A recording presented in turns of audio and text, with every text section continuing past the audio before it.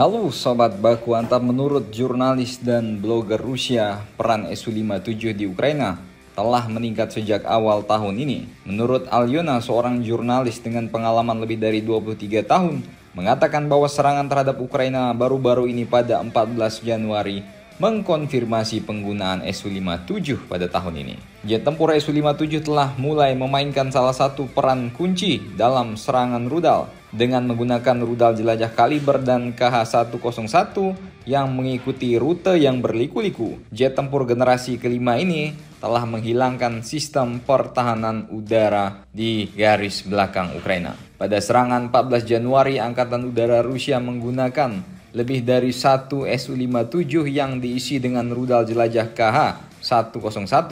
Serangan ini diarahkan ke Kiev serta kilang minyak Ukraina di Kremenchuk. Ada kemungkinan bahwa ini adalah cara tentara Rusia membalas serangan oleh otoritas Kiev pada malam 14 Januari di 12 wilayah Rusia. Kata pansboynya Rusia, ini baru benar nguji pesawat tempur langsung ke medan perang. Nggak kayak F-22 ya, nembak-nembakin balon China aja ya kan ya.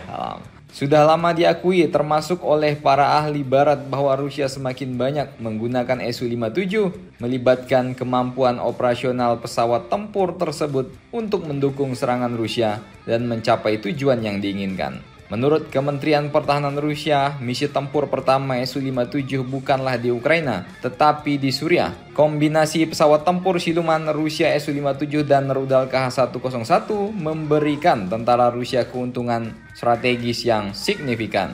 Su-57 mampu terbang dengan kecepatan tinggi dan bermanuver dalam kondisi yang kompleks, namun sulit dideteksi oleh radar karena teknologi silumannya.